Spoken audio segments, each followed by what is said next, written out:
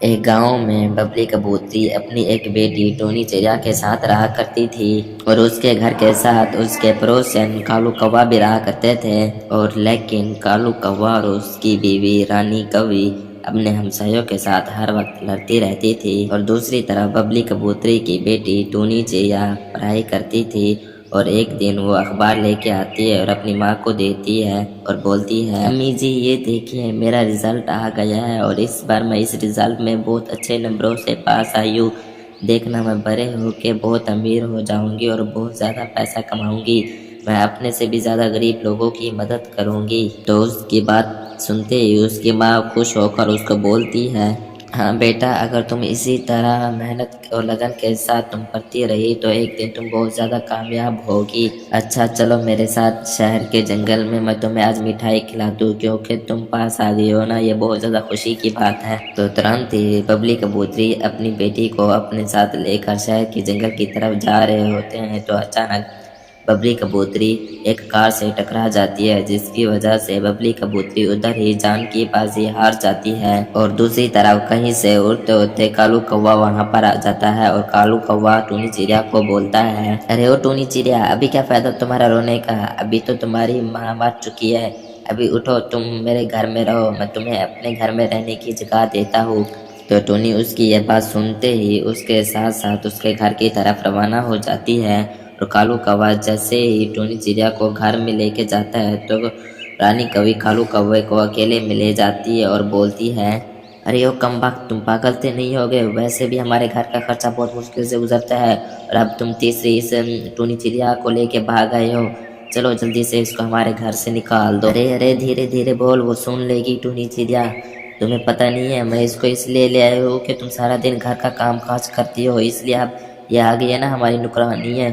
تم اس سے سارے گھر کا کام کاج کروایا کرو، ٹھیک ہے؟ ارے واہ واہ، تم نے تو بہت اچھا آئیڈیا لگایا، یہ تو اچھی بات ہے، میں ابھی جا کے اس کو گھر کے کام کاج بولتی ہوں۔ ارے وہ ٹونی چڑیا، ادھر تم بیٹھنے کے لیے نہیں آئی ہو، جلدی جلدی جا کے کچن میں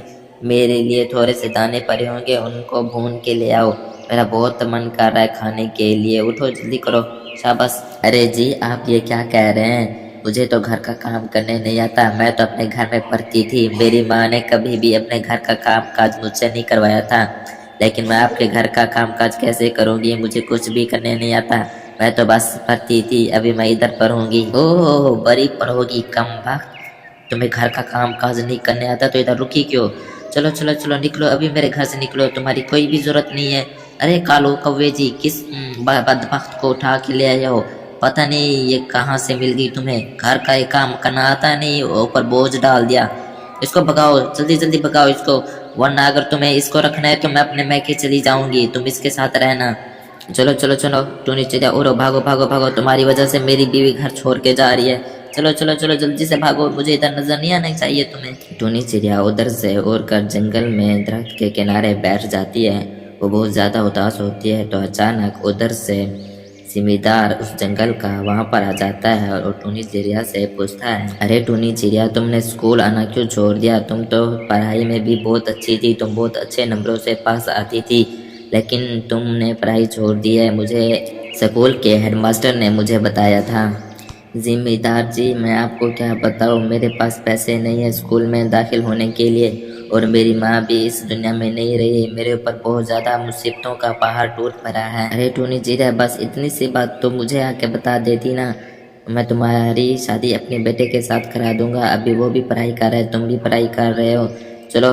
میرے گھر چلو، میں تمہیں رہنے کے لیے جگہ دوں گا، اور تمہارا بہت اچھے سے اسکول میں داخلہ کرا دوں گا۔ اور یہ سنتے ہی ٹونی چڑیا بہت زیادہ خوش ہو جاتی ہے، اور دیکھتے ہی دیکھتے ٹونی چڑیا اسکول جانا شروع کر دیتی ہے، اور وہ پورا خاندان ہنسی خوشی رہنے لگتا ہے۔